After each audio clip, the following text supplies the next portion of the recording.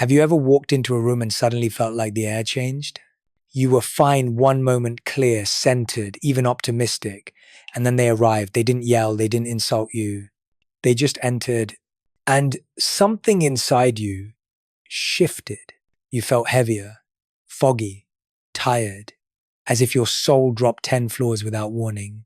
That, my friend, is not paranoia. That's your spirit recognizing what your mind can't explain yet. We've been trained to believe that demons are fantasy creatures with horns, fangs, and fire, but the real ones, they don't show up in nightmares. They show up in relationships. They wear smiles. They say things like, I just want what's best for you. You know I'm always here. You're overthinking this. But their energy says something else. Their presence doesn't make you feel safe. It makes you shrink. Their words sound kind, but they never pour into you. You leave feeling emptier, not fuller. This isn't superstition. This is spiritual warfare, disguised as family gatherings, friendships, and emotional ties. Your energy is your life force. And some people, they don't want to walk with you. They want to feed off you. You know, the ones I'm talking about, they never ask how you're really doing, but they're always quick to call when their world is falling apart.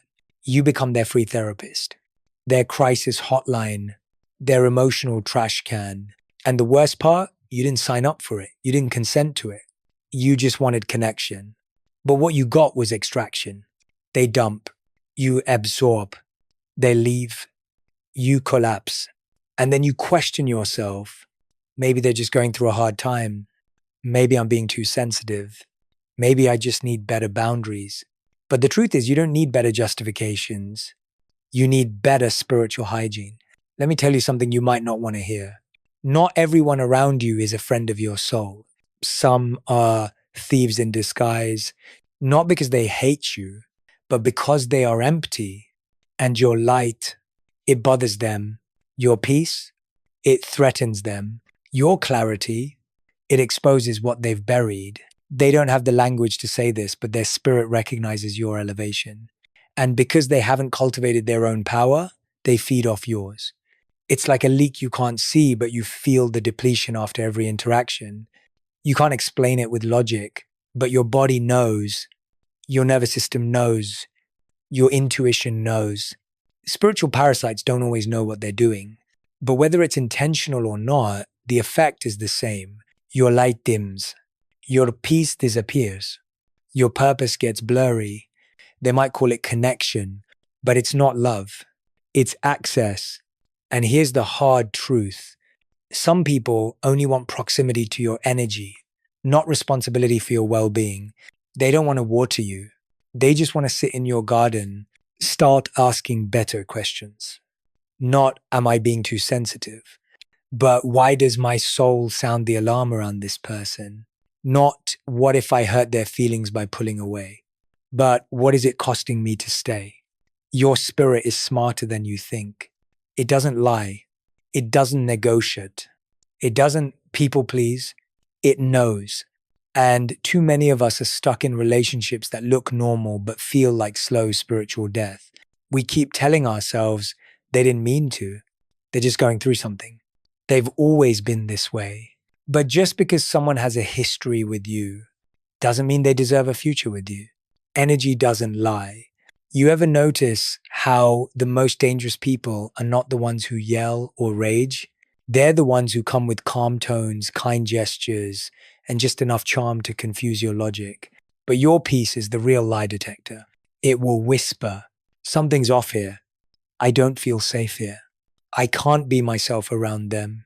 And if you ignore those whispers long enough, they become screams, panic attacks, exhaustion, burnout, depression, all of it stemming from one root issue.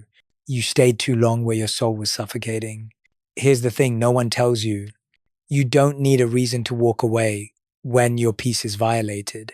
You don't need proof. You don't need evidence. You don't need a dramatic confrontation. All you need is permission to trust your spirit. Because this isn't about making anyone the villain. It's about making your healing the priority. It's about realizing that spiritual sabotage doesn't always look like a blowout fight.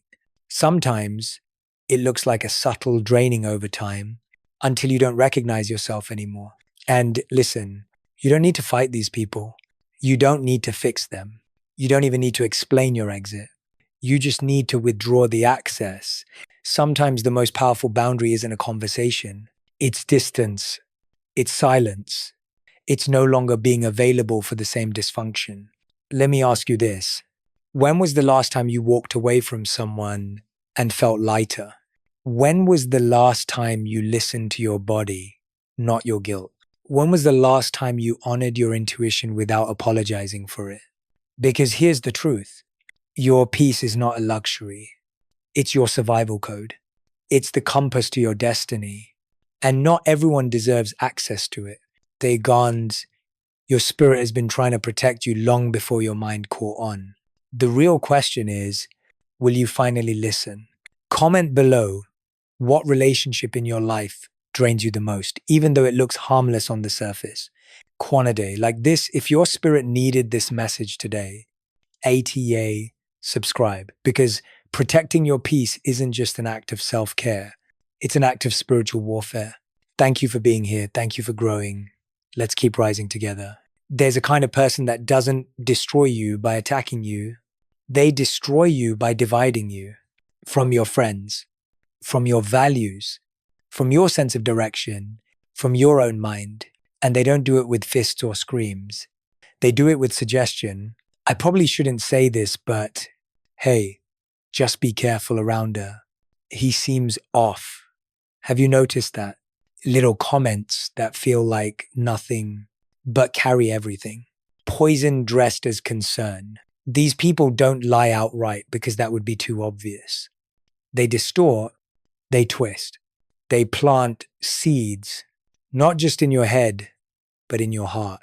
And once those seeds grow, they don't just damage your relationships, they damage your reality. Now you're questioning people who've always had your back. You're second-guessing moments that were once clear. You feel emotionally isolated, but can't explain why. This is how emotional manipulators operate. They don't take a sword to your peace. They use a whisper. And here's the scary part. They appear deeply loyal. They use phrases like, I just care about you. I'm only telling you because I love you. You know I always keep it real. But love without honesty is manipulation, and concern without boundaries is control. They say they're protecting you, but what they're really doing is positioning themselves as your only safe space. Your only confidant, your only anchor. Why? Because isolation gives them power, and confusion makes you easier to control. The strategy is simple but powerful. Break your trust in others. Make themselves your truth. Slowly own your perception of reality. And all of this happens in silence. Not with explosions, but erosion. You stop returning calls. You avoid certain people.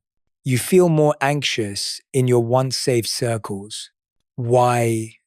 Because someone else got inside your head and turned the volume up on fear while turning the volume down on love. Let me ask you something deeply uncomfortable. Have you ever walked away from a conversation feeling less trusting, but you can't explain why? Have you ever suddenly felt distance in a relationship, and the only common thread was the friend who kept making subtle observations? That's not a coincidence. That's spiritual manipulation. When someone's presence always leads to broken connections, strained relationships, or emotional chaos, you're not dealing with a problem, you're dealing with a pattern. And patterns reveal spirits, not just personalities. They don't need to argue with you to defeat you. All they have to do is turn you against the people who nourish your soul. You won't even notice it at first. They're too strategic for that. They throw stones and hide their hands. They stir the pot and step back. They trigger you emotionally, then say, wow, you're really sensitive. I was just being honest. You always overreact. And suddenly, you're the problem. Not the person who sowed confusion, but the person trying to make sense of it. That's how you start doubting your own intuition.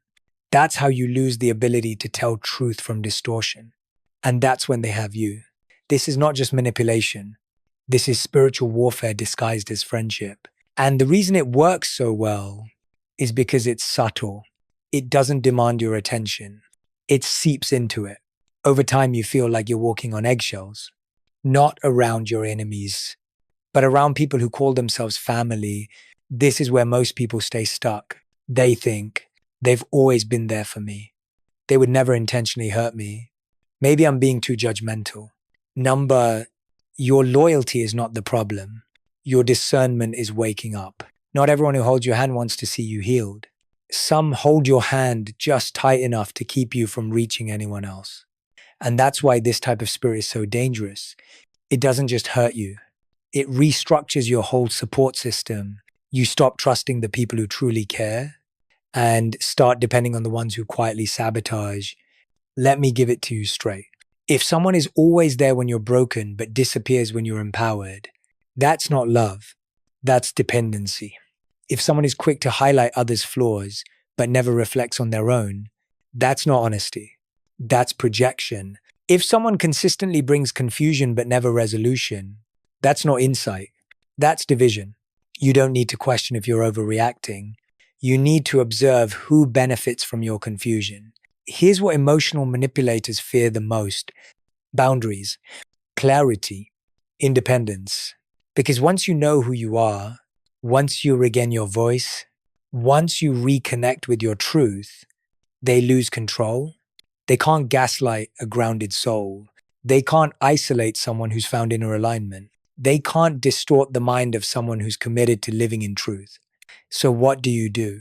You stop responding with fear. You stop explaining yourself to people who weaponize your words. You stop shrinking your clarity to comfort someone else's confusion. You learn to observe without reacting, to listen without absorbing, to love without being used. And most importantly, you reclaim your ability to discern energy, not just intention, because intentions can lie, but energy always tells the truth. You are not crazy. You are not cold. You are not too much. You are finally seeing clearly. And yes, it's lonely at first, but clarity always starts in silence. Next time someone says, "I'm just looking out for you," ask yourself, are they building trust or breaking it behind a smile? Because there's a big difference between someone who protects you and someone who just wants to possess you. Stay anchored in truth. Guard your peace like it's the foundation of your future. And never mistake subtle sabotage for emotional safety. Let's tell the truth. Some people only loved the version of you that was easy to manage. The you that questioned yourself. The you that doubted your worth. The you that was always available, always apologizing, always shrinking just enough to make others feel tall. But then you started healing. You got kite, clearer, more grounded. You weren't performing anymore. You were transforming. And suddenly, the people who once celebrated you started pulling back. Why does that happen? Because healing threatens the illusion they built. See, as long as you were broken, they felt important. As long as you were uncertain, they felt wise. As long as you were dependent, they felt needed. But now that you're setting boundaries, now that you're choosing peace over drama, now that you're becoming unapologetically whole, they don't know what to do with that version of you. Because the healed you doesn't need them to survive. The healed you doesn't apologize for glowing. And that makes them uncomfortable. Here's a hard truth. They never truly loved you. They loved the version of you that didn't challenge them. They loved the version that made them feel superior. The version that kept asking for permission. The version that begged for validation. But now that you're standing in your light, now that you're walking in purpose, now that you no longer seek their approval, they start calling you distant. They say, "You've changed." They throw sarcasm like daggers. "Oh, look who's all enlightened now. You're too good for us now?" Don't forget where you came from. Let me say this loud and clear. Healing doesn't make you arrogant. It makes you free. They were never clapping for you. They were clapping for the version of you that kept their ego intact. Because your pain made them feel powerful, but your progress makes them feel invisible. And they won't say it out loud, but they were more comfortable watching you crawl than seeing you rise. Why? because your healing is a mirror. And mirrors make people confront what they've ignored in themselves. I want you to really reflect on this. Who shows up when you're breaking, but disappears when you start building? Who comforts your pain, but criticizes your power? Who says, I'm here for you, but goes silent when you start walking in your worth? Because that silence is not random. It's resistance. It's spiritual opposition dressed in familiarity. These aren't just insecure people. They are saboteurs. And what they fear most is your evolution. The moment you stop needing saving, you stop being controllable. The moment you start dreaming again, you disrupt their narrative. Because if you rise, it forces them to ask, why haven't I grown? What am I still running from? And not everyone wants to face that. So instead, they mock you. They call your healing a phase. They laugh at your boundaries. They minimize your progress. But hear this, no one making real progress mocks someone else's journey. Mockery is a defense mechanism. It's what small minds do when they feel left behind. Let's get even more real. They don't want you to heal, because the healed version of you will outgrow the space where they once controlled you. Your silence used to be compliance. Now it's sovereignty. Your kindness used to be submission. Now it's selective energy. Your attention used to be survival. Now it's a sacred offering. Not everyone gets it anymore. And that shift, that sacred shift, it scares people who never expected you to become this powerful. So what do? They sabotage, not always with action, but with energy. They sigh loudly when you talk about your goals. They roll their eyes when you share your wins. They joke about how you've changed. But behind the humor is fear. Behind the sarcasm is resentment. Because your healing broke the cycle where they got to play the hero in your story. Now you're the hero. Now you're the author. Now you're the one rewriting everything. Let me say this for your spirit. You don't owe anyone a version of you that keeps you small. You don't have to apologize for rising. You don't have to shrink to keep the peace. You don't have to explain your growth to those who are committed to misunderstanding it. Some people were never meant to walk into your next chapter. They were characters in the last one, and the story is moving forward, with or without them. Healing is not a popularity contest. It will cost you approval. It will cost you comfort. It will cost you proximity to people who preferred your pain, but it will give you back yourself. And that is worth everything. Let me offer you this truth. The people who are truly for you will never fear your strength. They won't be threatened by your dreams. They won't compete with your light. They will fan your flame, not smother it. Because real love doesn't fear your power. It fuels it. So today I challenge you, stop apologizing for your glow. Stop explaining your transformation. ITA. Stop grieving those who only supported your weakness. They never had the capacity for the real you. But now you do. You have the capacity to rise, to walk away, to heal anyway, to glow anyway, to protect your evolution like your life depends on it. Because spiritually, it does. Let's tell the truth. Some people only loved the version of you that was easy to manage. The you that questioned yourself, the you that doubted your worth, the you that was always available, always apologizing, always shrinking, just enough to make others feel tall. But then you started healing. You got kite, clearer, more grounded. You weren't performing anymore. You were transforming. And suddenly, the people who once celebrated you started pulling back. Why does that happen? Because healing threatens the illusion they built. See, as long as you were broken, they felt important. As long as you were uncertain, they felt wise. As long as you were dependent, they felt needed.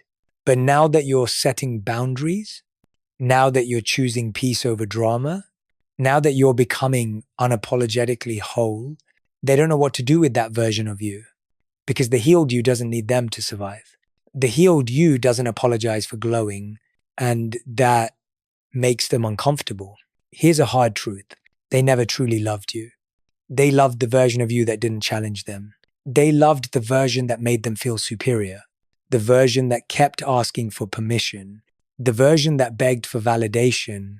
But now that you're standing in your light, now that you're walking in purpose, now that you no longer seek their approval, they start calling you distant. They say, "You've changed." They throw sarcasm like daggers. "Oh, look who's all enlightened now. You're too good for us now. Don't forget where you came from." Let me say this loud and clear. Healing doesn't make you arrogant. It makes you free. They were never clapping for you. They were clapping for the version of you that kept their ego intact, because your pain made them feel powerful. But your progress makes them feel invisible, and they won't say it out loud, but they were more comfortable watching you crawl than seeing you rise. Why? Because your healing is a mirror, and mirrors make people confront what they've ignored in themselves. I want you to really reflect on this. Who shows up when you're breaking, but disappears when you start building? Who comforts your pain, but criticizes your power? Who says, "I'm here for you," but goes silent when you start walking in your worth? Because that silence is not random. It's resistance. It's spiritual opposition, dressed in familiarity. These aren't just insecure people. They are saboteurs. And what they fear most is your evolution. The moment you stop needing saving, you stop being controllable. The moment you start dreaming again, you disrupt their narrative. Because if you rise, it forces them to ask, "Why haven't I grown? What am I still running from?" And not everyone wants to face that. So instead, they mock you. They call your healing a phase. They laugh at your boundaries. They minimize your progress. But hear this. No one making real progress mocks someone else's journey. Mockery is a defense mechanism. It's what small minds do when they feel left behind. Let's get even more real.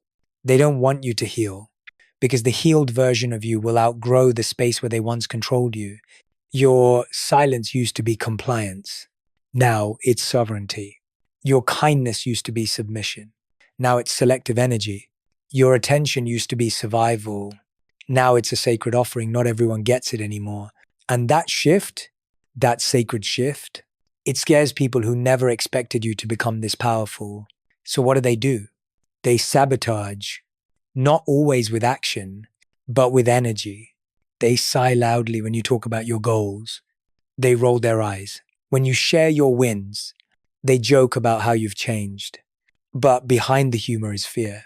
Behind the sarcasm is resentment, because your healing broke the cycle where they got to play the hero in your story. Now you're the hero. Now you're the author. Now you're the one rewriting everything.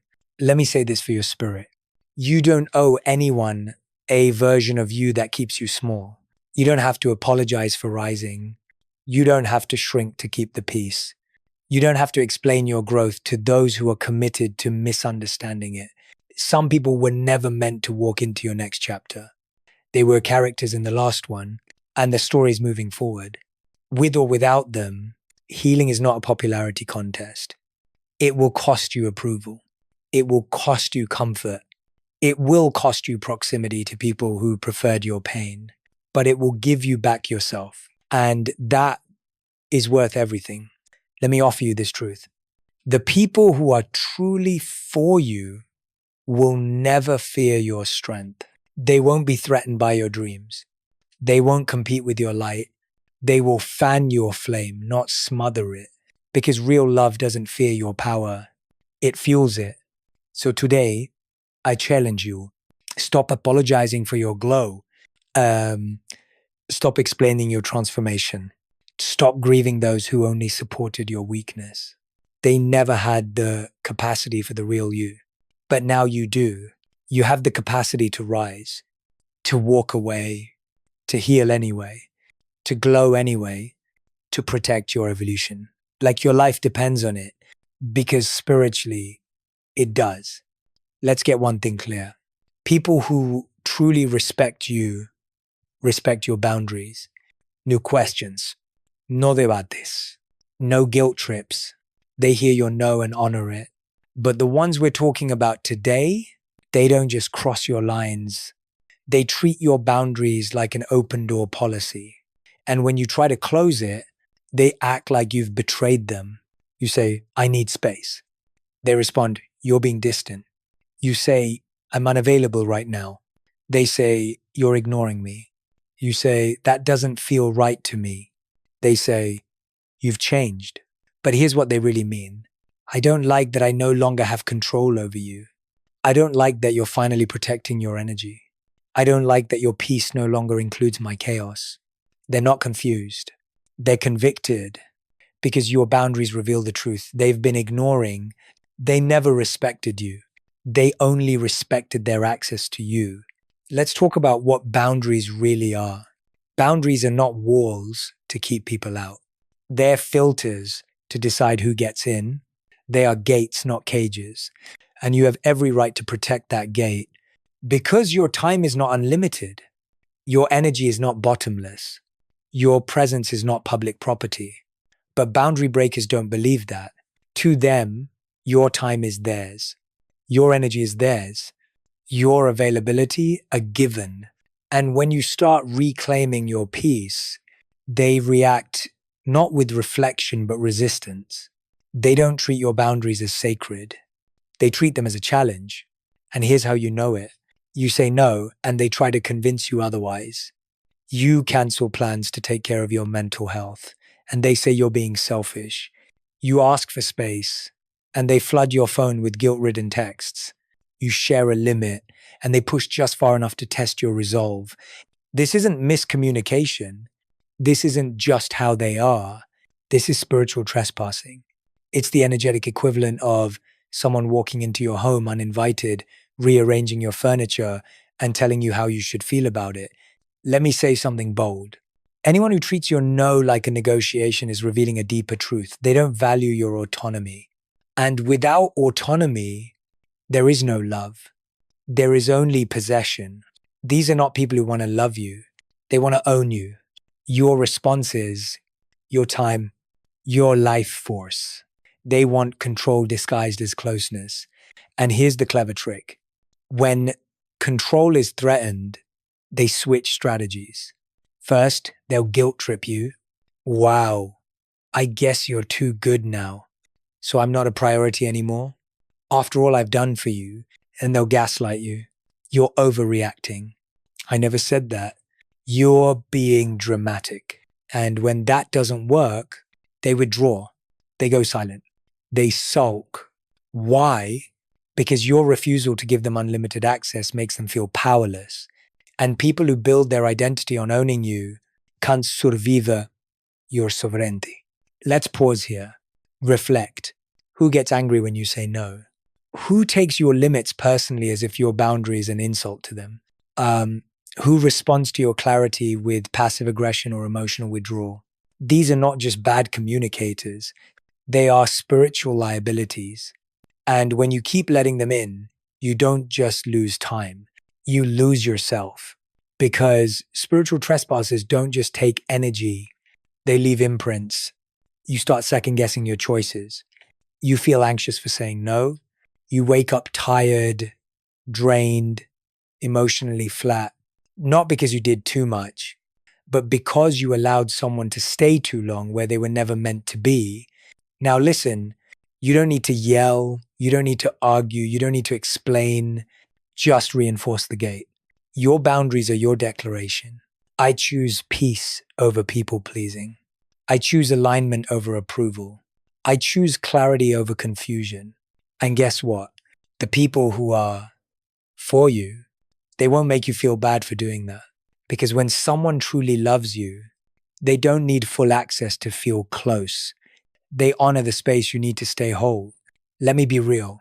The people who resist your boundaries are often the ones who abused your lack of them. And when you change the rules, they panic because their control depended on your silence. Their power was built on your guilt. Their comfort came from your self-abandonment. But no more. You're not a bottomless well. You're not an emotional ATM. You're not a 24/7 support hotline. You are a sacred space. And sacred spaces require discernment. Who gets in? Who stays? Who needs to be locked out? Let's break the guilt cycle right now. You're not cold for saying no. You're not selfish for needing space. You're not wrong for protecting your peace. You are wise. You are awake. You are learning to honor your soul. Your boundaries won't chase away the wrong people, they'll expose them. Because when people love you for who you are, they respect what it takes to protect that version of you. But when people only love you for what they can take, your boundaries feel like rejection. Let that be your filter. Here's your reminder. Your life is not public access. Your energy is not up for auction. Your soul is not for rent. And the moment you truly understand that, you'll stop defending your limits and start defending your light. Because some people weren't crossing your boundaries by accident. They were testing if you'd ever enforce them.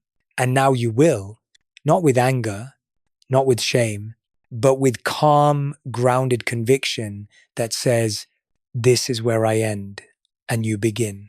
And if you can't respect that, you don't belong here. Let me ask you something raw and honest. Have you ever met someone who started acting like you and then turned on you? At first, it felt flattering. They liked the things you liked. They spoke the way you spoke. They picked up your phrases, your vibe, even your values.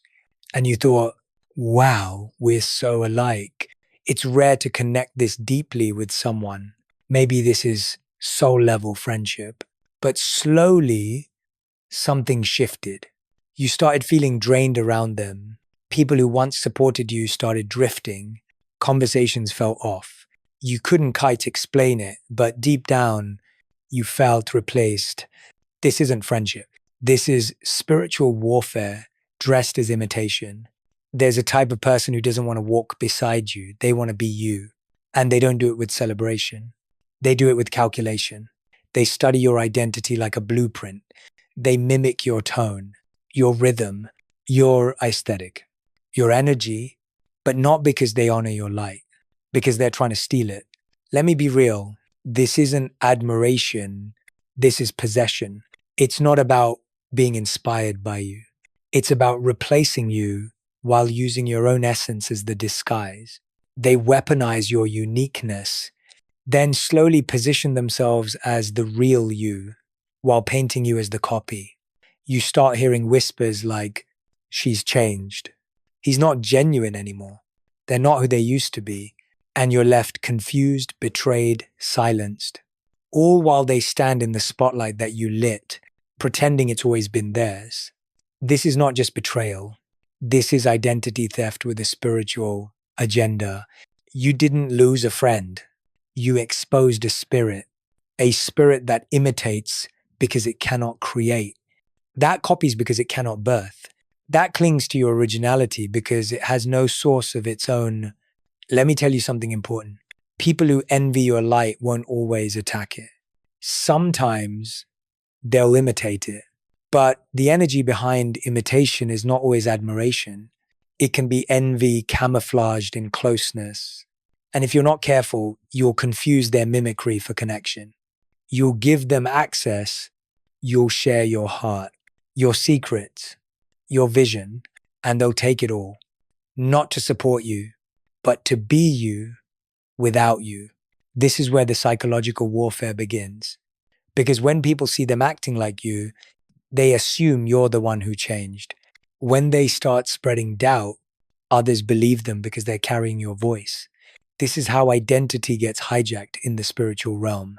Not with violence, but with silence, with whispers, with imitation that slowly erases your presence by mirroring it, then muting it. Let me say this for someone who's been silently enduring this. You don't need to compete with a counterfeit because truth doesn't panic.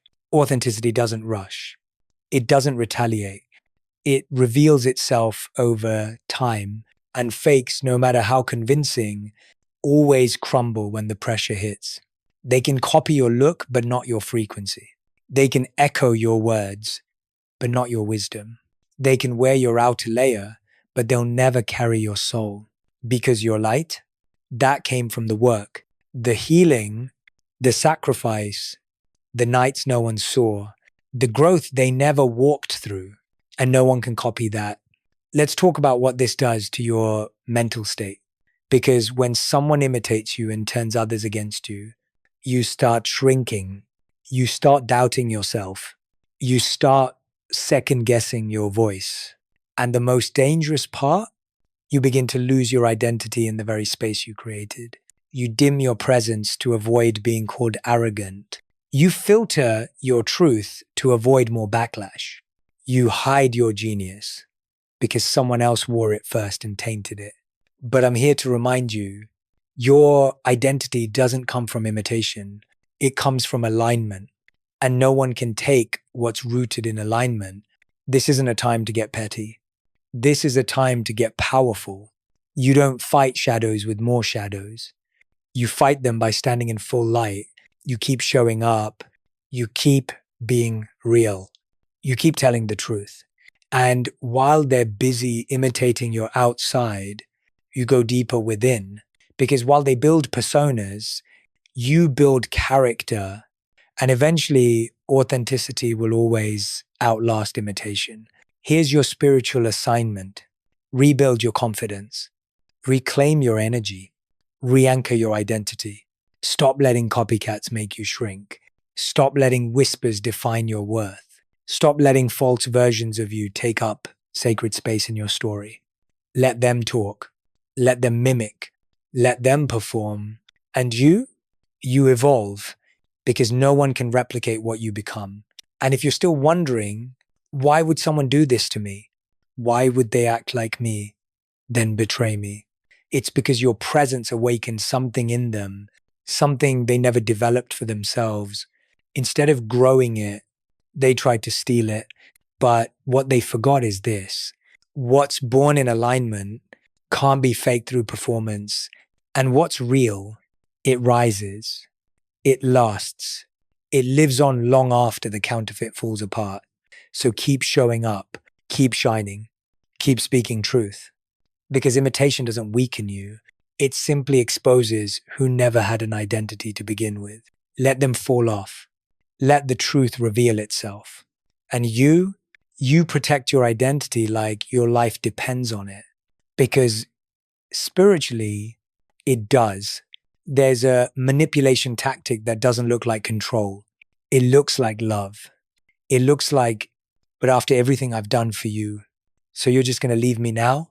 Wow, I guess I never really mattered, huh?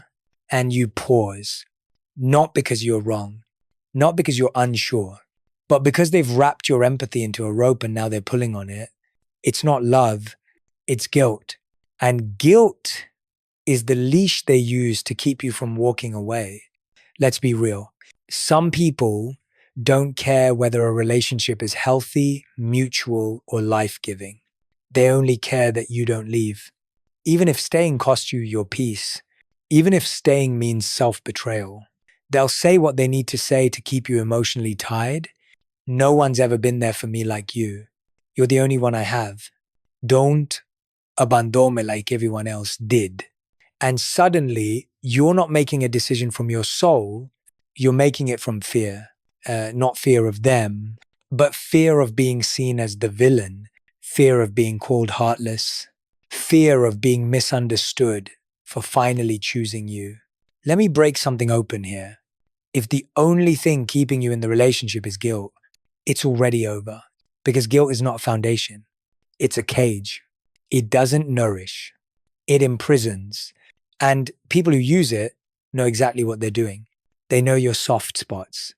They know your loyalty. They know you were raised to never give up on people.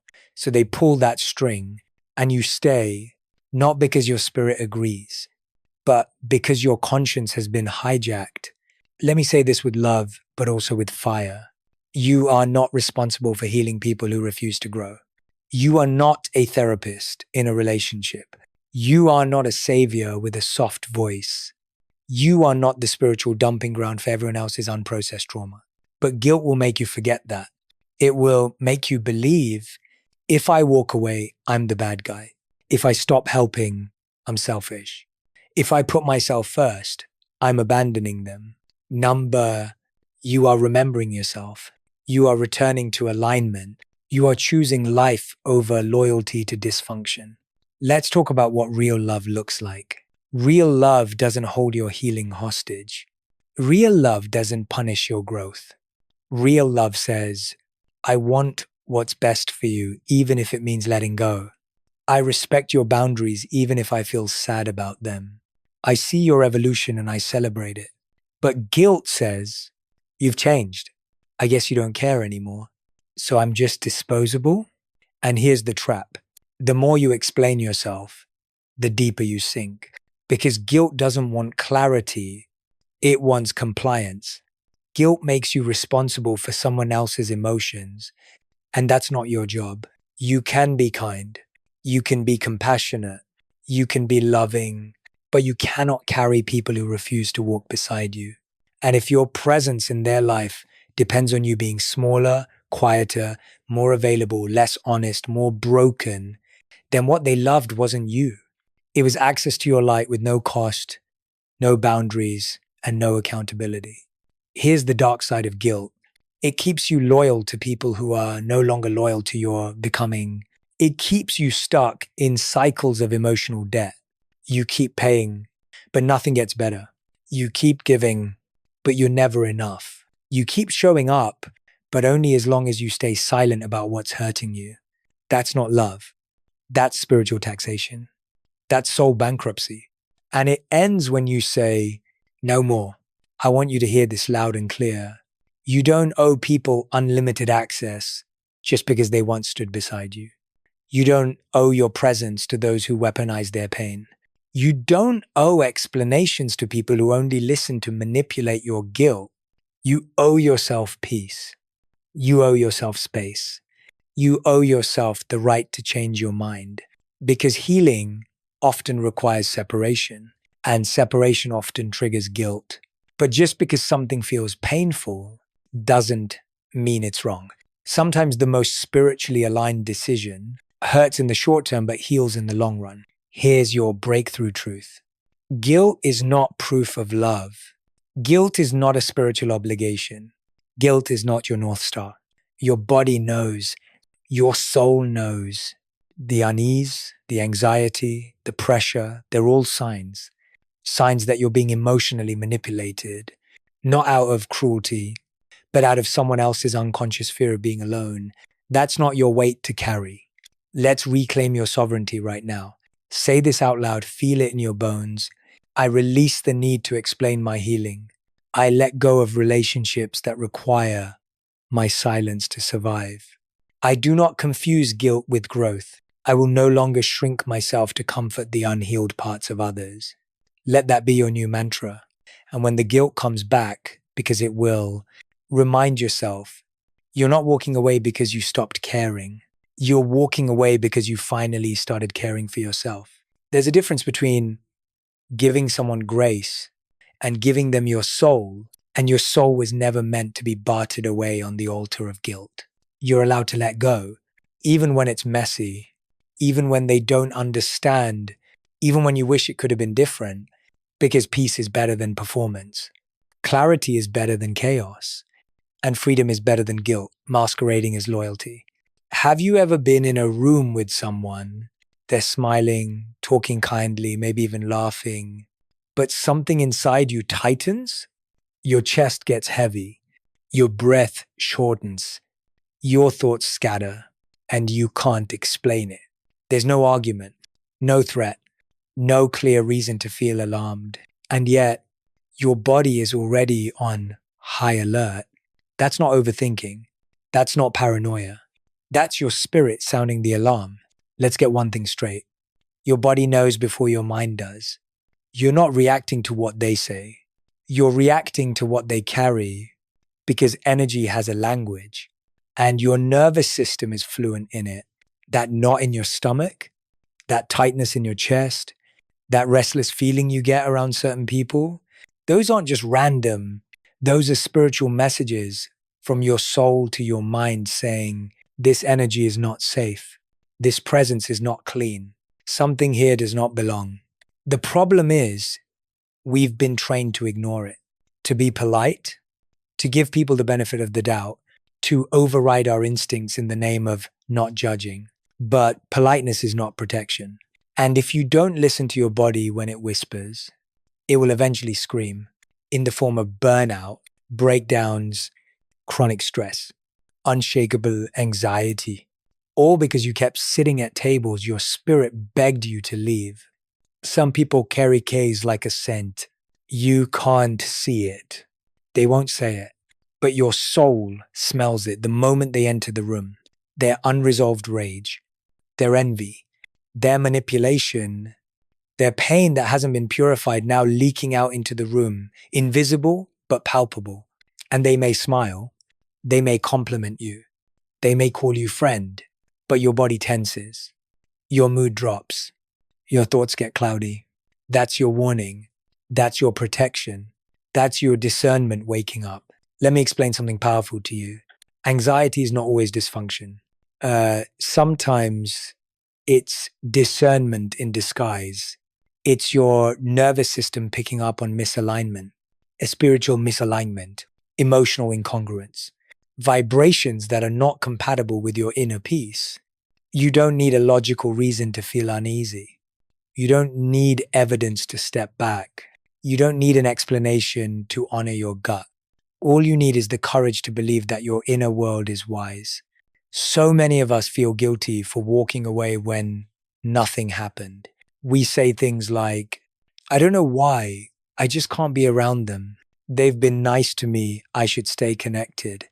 Maybe I'm the one being difficult. You're not difficult. You're evolving. And as you evolve, your spiritual antennas sharpen.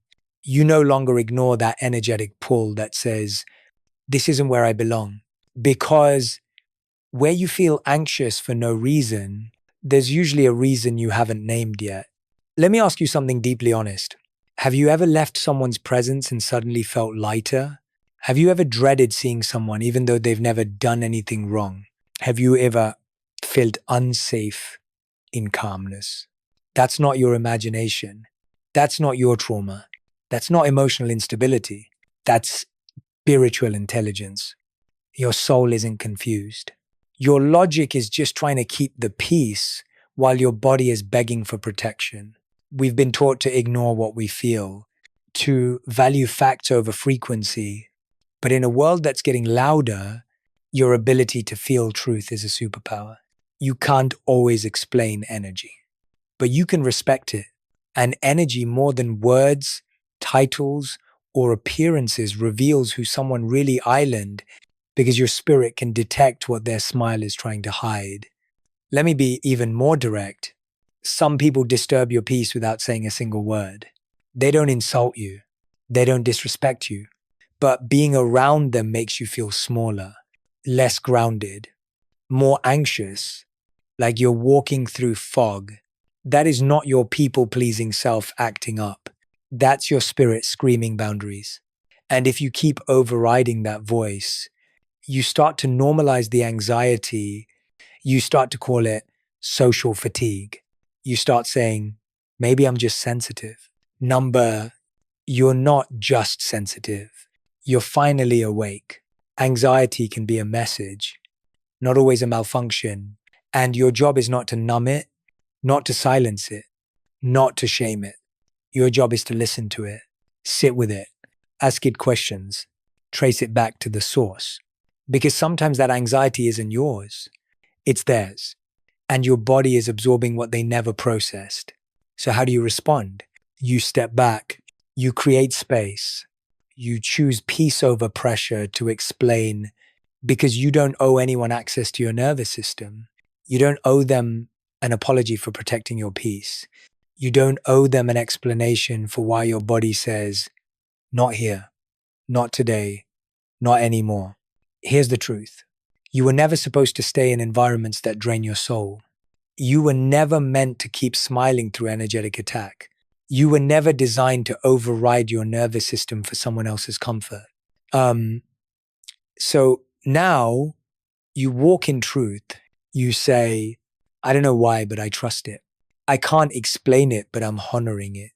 I feel it, and that's enough. Let me say this clearly. Peace never feels like panic. So if you're in someone's presence and your peace disappears, it's not a mistake. It's a message. Your soul is trying to protect you from what your eyes can't yet see. Honor that, because your peace isn't just a feeling, it's your spiritual radar. And when that radar beeps, you move. Let's get honest. Not everyone who comforted you in your lowest moment was doing it out of love. Some were watching, some were calculating, some were silently celebrating, not because they cared about your healing, but because your pain made them feel important. These are the people who clapped loudest when you were on your knees, but vanished the moment you stood up. And you have to stop confusing that with loyalty.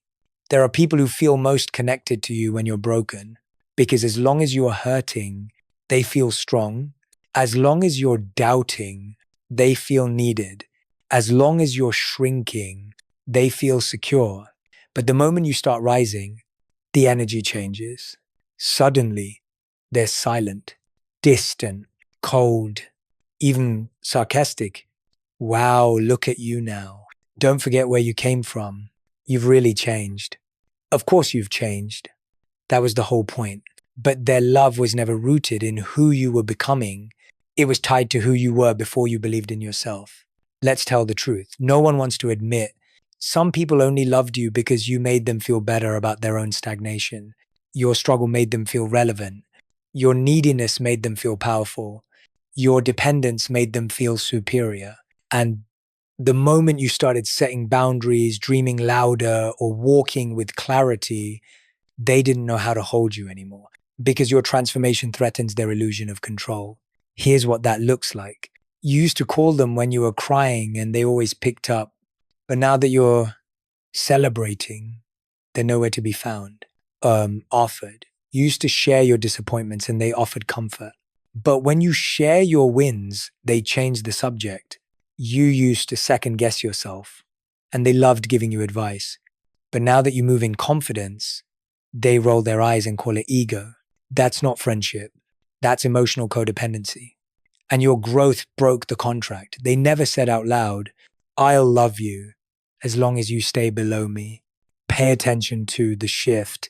When you were drowning, they had towels. Now that you're flying, they have opinions. When you were begging for love, they had time. Now that you've become love, they have excuses. That's not a reflection of your ego. It's a reflection of their insecurity. Because your growth is a mirror. And not everyone can handle their reflection. Let me ask you something piercing. Who clapped when you cried, but criticized when you healed? Who showed up in your weakness, but disappeared in your strength? Who made your pain their platform, but made your progress their problem? Those aren't supporters. Those are spectators. And some spectators only bought a ticket to see you fall. But what they didn't expect was that your fall was part of your rise, that your breakdown wasn't your burial. It was your rebirth. Let me say this with love. You don't owe them your dimming. You don't have to water down your growth to make them feel okay. You don't have to shrink your dreams to fit inside their comfort zone. You don't have to apologize for becoming what they never had the courage to become. If your light blinds them, they were never meant to walk beside you in this season. Let them squint. Let them talk. Let them fall away. Because your elevation is not up for negotiation. Here's what real love does. Real love claps when you win. Real love holds space for your expansion. Real love doesn't say you've changed as an accusation. It says it with celebration. Because yes, you've changed. You've healed. You've outgrown. You've awakened. And anyone who fears that was only ever committed to the version of you that kept them comfortable. Let's get even deeper. Some people weren't assigned to your destiny. They were assigned to your delay. Their role in your life was never to elevate you. It was to test whether you would keep choosing pain over purpose. They were never your tribe. They were your teacher. And the lesson that not everyone who shows up in the storm belongs in the sunshine. So what do? You let them go without guilt. You love them from afar without access. You stop explaining your joy to people who are addicted to your sorrow. You keep rising, you keep healing, you keep shining because the people meant for you, they love you through every evolution. Not just the version of you that made them feel needed, but the version that finally feels whole. Here's your mantra. I will not make myself small to keep others comfortable. I will not dull my light to fit into old rooms. I will not confuse pity for partnership. I will not delay my healing to preserve someone else's illusion. You were not born to remain broken. You were not made to keep playing the role of the wounded one. You were not created to carry everyone else while neglecting yourself. You're stepping into a season where only aligned energy can walk with you. Let them misinterpret it. Let them talk about how you've changed. Let them watch from the sidelines. Because what you're building now, it's sacred, it's sovereign, and it requires your full presence, not your performance. Protect your power. Walk in your truth. Love yourself enough to rise, even if it means rising alone. Because the right ones, they won't fear your strength. They'll rise with you.